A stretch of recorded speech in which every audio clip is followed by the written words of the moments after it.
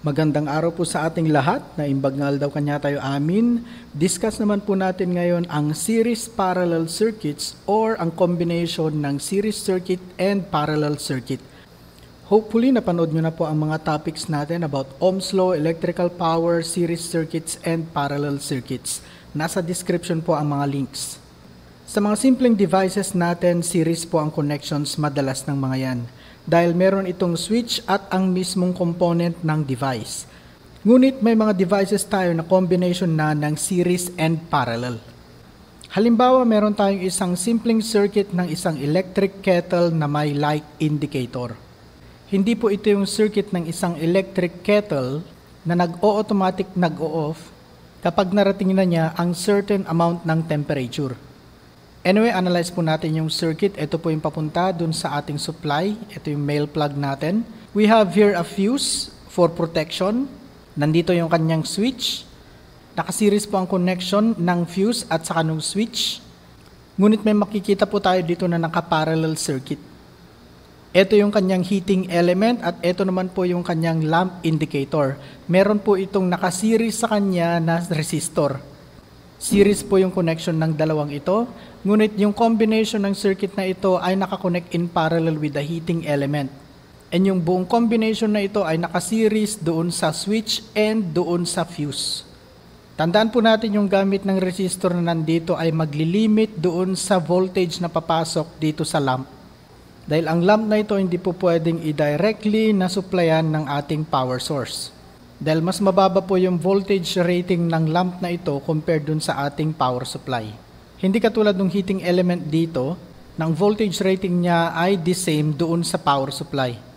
Yes, nakasiris man po yung fuse at saka switch, pero ang kanilang mga resistances ay napakababa. That's why it is assumed na yung heating element po na nandito ay equal po yung voltage na marireceive niya doon sa power source. But again, yung buong circuit na ito ay combination po yan ng series and parallel. Kung meron tayong isang ilaw na kinokontrol ng isang switch, syempre series ang connection niyan. Ngunit kung meron kang dalawang ilaw na kinokontrol ng isang switch lamang, ang switch ay nakaseries doon sa nakaparallel na dalawang ilaw. Again, combination ito ng series and parallel circuits. Ang wiring ng buong bahay ay ganun din po. Series parallel po ang kabuang connections ng mga yan. Ngunit syempre sa mga saksakan, nakaparallel po lahat ang mga yan. At ang connection ng bawat circuit meron tayo sa power supply ay parallel. Sa mga circuits na nasa loob ng mga electronic devices natin, syempre series parallel po yung mga yan. Ganon din po sa mga motor controls, series parallel po ang mga connections ng mga ito. Although mas komplikadong connections na po ang mga motor controls, compared dun sa basic electrical wiring ng mga ilaw at sakasaksakan. Balikan po natin ang characteristics. Meron ang mga series circuits at parallel circuits sa kanilang total resistance, voltages, and currents. Unahin po natin dun sa total resistance nilang dalawa. Sa series circuits, sa total resistance ito ay ang simpleng sum ng lahat ng present sa circuit.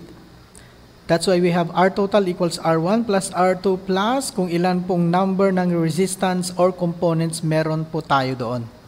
Ang principle po ng series circuit pagdating sa total resistance, habang nagdadagdag po tayo ng resistance, tumataas naman po ang total resistance neto. Sa parallel circuits po naman, ang total resistance ay makukuha using this formula. It is the inverse of the sum of the inverse of each resistors. Ang principle naman po dito, habang nagdadagdag tayo ng load or ng resistance or ng component doon sa ating parallel circuit, ang total resistance naman po neto ay bumababa. Sa total voltage naman po tayo sa series and parallel circuits. Yung total voltage po dito sa series circuit ay nahahati doon sa mga components na meron po tayo. Kaya nakukuha po yun doon sa sum ng voltages ng lahat ng mga components present doon sa ating circuit. Habang nagdadagdag tayo ng load dito sa series circuit, mas maraming naghahati-hati doon sa ating total voltage. Hindi po gaya dito sa parallel circuit na ang mga voltages ng bawat component ay equal po yan. Sa current naman po tayo, sa series circuit, pare-pareho po yung amount or value ng kuryente na dumadaloy sa bawat component. Mababa man or mataas ang kanilang resistance, siguradong pare-pareho pa rin po sila ng kuryenteng dumadaloy. Hindi po katulad dun sa parallel circuit natin.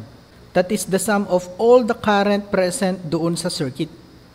Habang nagdadagdag po tayo ng load doon sa ating parallel circuit, nadadagdagan naman po yung components natin na nagkukonsumo ng kuryente, kaya tumataas yung total current dito. Pag nagbabawas tayo syempre ng load doon sa parallel circuit, yung total current naman po natin ay bumababa. Kung total power naman ang pag-uusapan natin, pareho lamang po ang series circuit at parallel circuit na ang total power ay sum ng lahat ng power consumed ng bawat component na present sa circuit. Let's take a look at a very simple series parallel circuit. Meron tayong tatlong resistors o components dito, R1, R2, and R3, at kung papansinin po natin, yung R2 and R3 nakaparallel po sila, and yung combination na ito ay nakaseries dito sa R1. And since nakaparallel po ang R2 and R3, ibig sabihin po niyan pareho po yung voltages nila. V2 equals V3. Pero syempre, hindi rin ibig sabihin na pareho ang voltages nila kay R1. Para masimplify po natin yung pag-analyze dito sa series parallel circuits, isi-simplify po natin yung dalawang resistors na connected in parallel dito. And at the same time, yung ating V2 and V3 which are connected in parallel, sabihin po natin na yung kanilang voltage ay VP, or that is the voltage in the parallel circuit, sa combination ng R2 and R3. Yung mga resistors naman po natin dito ay sinisimplify natin using this formula. I-denote na lang po natin yan as RP or the resistance in the parallel circuit.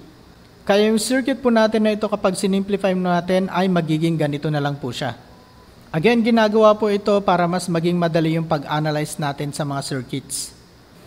Dahil take note, yung R2 and R3 are connected in parallel and yung buong combination na ito ay nakaseries dito sa R1. Dahil sinimplify na po natin si R2 and R3, so kinonsider na lang po natin sila na iisa. At yung combination nila ay nakakonect in series with R1. Kung papansinin po natin ngayon, dahil na-simplify po natin yung circuit, meron na lang po tayong dalawang components which are connected in series. Kaya ulitin natin, mas madali na po tayo mag-analyze dito. Para sa total resistance, syempre, total resistance equals R1 plus RP. Sa voltage naman po, dahil nakaseries tayo, meaning ang analysis natin ay sa series circuits, which is total voltage equals V1 plus VP. That is the sum of the voltages present in the circuit. Now, let's go to the currents. Siyempre, merong dumadaloy na kuryente sa resistor number 1, that is I1, I2 para kay R2, and I3 para kay I3. Sa point na ito, si I1 po ay nahahati kina I2 and I3. Pero siyempre, sa point na ito, si I2 and I3 ay nagko-combine po. At yun na po yung dadaloy papunta dito. Puntaan po natin ang simplified circuit na nandito. Siyempre, i-denote lang po natin na yung kuryente na dumadaloy kay RP ay yung IP. Dahil meron tayong series connection po dito, ibig sabihin po niyan si I1 ay equal po kay IP, which is also equivalent to the total current. Ngunit syempre kung babalikan po natin dito sa circuit na ito, si IP ay nahati kina I2 and I3. Sana po hindi tayo nalilito. Kasi papaano kung ganitong circuit ang i-analyze natin for installation or maintenance or repair or troubleshooting? Take note, kaya po natin pinag-aaralan ang mga circuits dahil hindi lang po tayo nagko-compute dito. Again, nag-a-analyze po tayo ano ang nangyayari sa mga circuits, papaano yung pagdaloy ng mga kuryente, upang magamit natin ang mga ito sa design, installation, maintenance, repair, and troubleshooting. Mas marami pa pong mas complicated compared dito sa circuit na ito. But anyway, sa mga simpleng circuits po muna tayo para hindi tayo ma-overwhelm. Ang technique sa mga ganitong circuits ay nagsisimplify po tayo ng mga circuit na nandito. Ang main connection po natin ay parallel circuit. Ngunit mapapansin po natin dito na sa dalawang circuit na ito, may tig-dalawang components na nakaseries. Si R1 and R2 are connected in series, R3 and R4 are connected in series also. Pero ang combination ng dalawang ito are connected in parallel. I-simplify po natin ito upang ang tig-dalawang series circuits na ito ay maging ganito na lamang po sila. So representation na lang po ito ng dalawang nakaparallel na circuits na nandito. Take note, yung RS1 po dito, yan yung combination ng R1 and R2 dahil series circuit po tayo, kaya RS po tayo doon. RS1 po tayo dahil take note yung nandito po na R3 and R4, i-denote natin sila as RS2. Dahil again, pareho po silang naka-series circuit. To determine RS1, syempre, that is the combination of R1 and R2. Sum po nila yan kasi naka-series circuit po tayo. It is also the same with RS2, that is the sum of R3 and R4. Pag na-simplify po natin ang circuit na ito, papunta po dito sa circuit na ito, i-simplify ulit natin ang circuit na ito nang sa ganon magiging isang component na lang po sila. Siyempre, to simplify this one, that is the R total. And following the principle of our formula for R total in parallel circuit, ito na po ang gagamitin natin para dyan. Magbigay lang po tayo ng isang sample problem natin dito kung paano natin isolve yung total resistance na nandito. Nang sa ganon, maintindihan po natin kung ano yung nangyayari po dito. Take note, nakasiris po si R1 and R2 and nakasiris din po yung R3 and R4 natin. Isolve po muna natin itong R1 and R2 dahil nakasiris po tayo. RS1 equals R1 plus R2. R1 is 4 ohms and R2 is 2 ohms. Ibig sabihin meron tayong 6 ohms po dito. Next naman po tayo dito sa series circuit na R3 and R4. Dahil naka-series po tayo, we use this formula. Substitute lang po natin yung mga values, 7 ohms and 5 ohms. Ang sagot po dito ay 12 ohms. Ngayon nakuha na po natin yung mga combination ng dalawang ito. Ang circuit na po natin ay magiging ganito na po siya.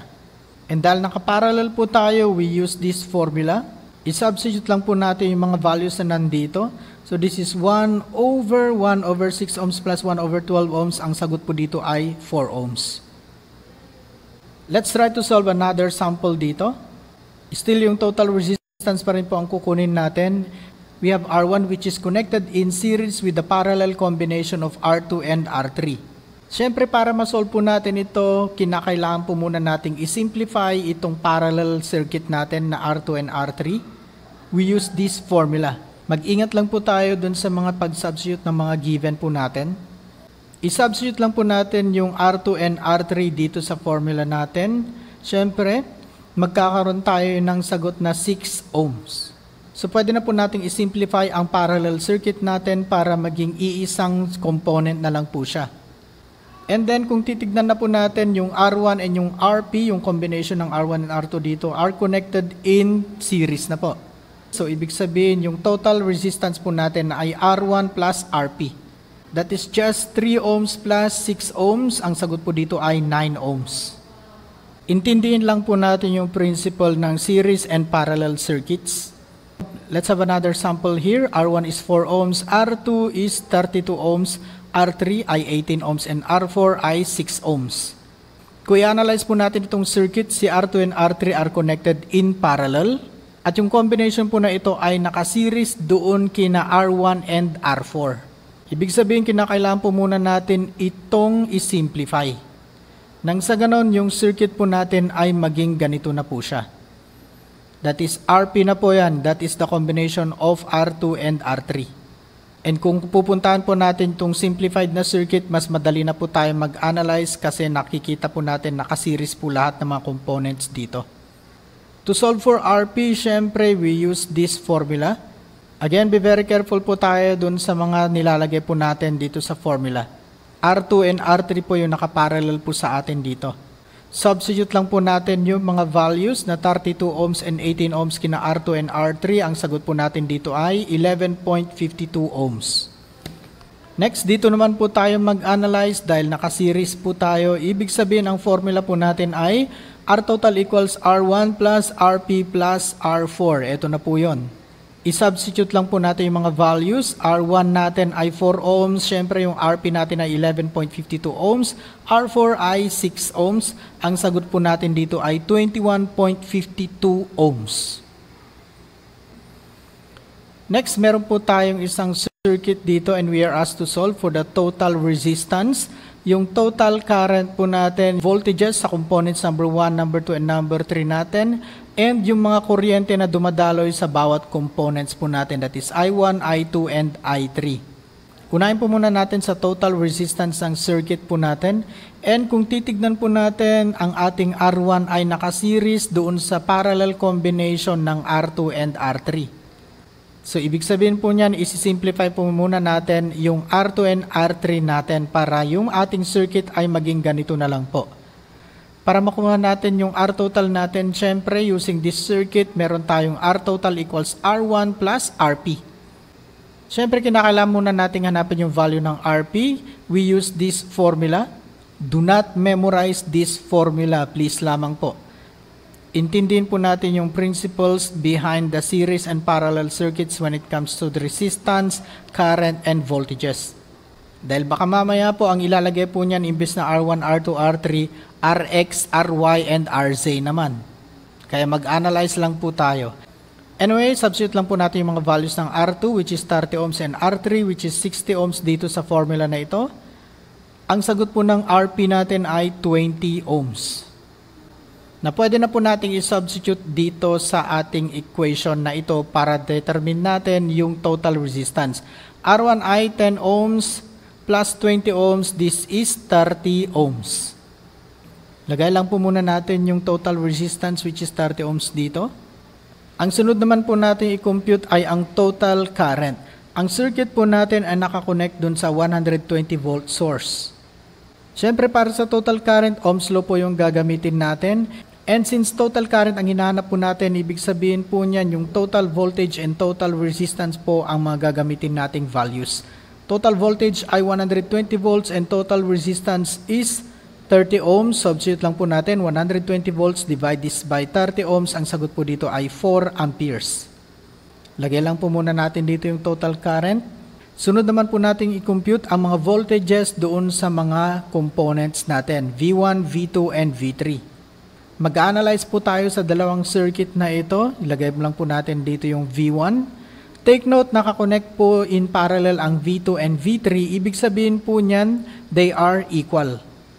And dahil sinimplify po natin ang dalawang resistance na ito into RP, maglalagay din po tayo ng VP dito. And VP is equal to V2 and V3. Kaya dito po tayo mag-a-analyze ngayon sa circuit na ito. Ohm's law pa rin po ang gagamitin natin to determine the voltages. Cross-multiply lang po natin ng resistance dito sa tabi ng current. So, ibig sabihin meron tayong voltage equals current times resistance. Hahanapin po natin yung V1 and VP. So, for V1, we use this formula. Current 1 times resistor number 1. And para naman po dun sa VP natin, IP, RP ang gagamitin natin. Siyempre, kinakailangan po natin makuha yung values ng I1 and IP. Yun po yung mga kuryenteng dumadaloy kina R1 and RP. Pero dahil naka-series circuit po tayo dito, ibig po niyang sabihin, ang total current po natin ay equal kina I1 and IP. Analyze lang po natin maigi itong circuit na ito. So, ang value ng I1 and IP ay pareho sa total current which is 4 amperes. Unahin muna natin isolve si V1. We have 4 amperes times 10 ohms kay R1. Ang sagot po dito ay 40 volts. Kay VP naman, syempre, 4 amperes times 20 ohms. Sagot po dito ay 80 volts. Pagkukunin po natin yung sum ng V1 and VP, dapat equal po siya dun sa 120 volts sa supply. 40 volts plus 80 volts, syempre, that is equal to 120 volts. Pero syempre, ang hinahanap po natin values ay sina V1, V2, and V3. So, dahil equal po sina V2 and V3 sa VP natin, therefore, V2 equals V3 equals 80 volts. Lagay lang po muna natin yung mga sagot natin dito. Sunod naman natin kunin yung values ng kuryente na dumadaloy sa bawat components natin dito. For I1, nasabi na po natin kanina yung value. Analyzing this circuit, syempre meron tayong total current equals I1. Therefore, I1 equals 4 amperes. Kaya hahanapin na lang po natin yung values ng I2 and I3 na nandito. Ohm's law po yung gagamitin nating formula. Pero syempre, dahil I2 yung kukunin natin and I3, ito po yung mga formula na gagamitin natin. For I2, ang given na kukunin natin ay V2 and R2. I3 naman, V3 and R3 naman ang gagamitin natin. Siyempre, R2, meron tayong 30 ohms and R3, meron tayong 60 ohms doon. For V2 and V3, dahil konektado po sila in parallel, again, take note po, 80 volts po yung kanilang value. Unahin po muna natin kay I2, i-substitute lang po natin yung mga values. 80 volts divided by 30 ohms, ang sagot po dito ay 2.667 amperes. Sunod naman po natin kunin si I3, i-substitute lang po natin yung mga values. We have 80 volts divided by 60 ohms, ang sagot po dito ay 1.333 amperes. Pwede po nating i-check yung value ng I2 and I3 kung equal po siya kay I total or that is I1. Take note po si I1 which is equal to I total, nahati po sa point na ito. So dapat pag kinuha natin yung sum ng I2 and I3 equal po siya kay I1. 2.667 amperes plus 1.333 amperes is equal to 4 amperes. Hanggang dito po muna tayo ngayon. Yes, importanteng marunong tayo mag-compute ng mga circuit gaya po nito, pero mas importante din po na kapag nagko-compute tayo, alam din po nating mag-analyze ng mga circuits, lalo na po pagdating sa kanilang practical applications. Dahil pwede po tayo maka-encounter ng mga mas komplikadong circuits sa actual. Maraming salamat po sa panonood. Maraming salamat din po sa pag-subscribe. Magandang araw po sa ating lahat. Naimbag nga aldaw kanya to'y amin.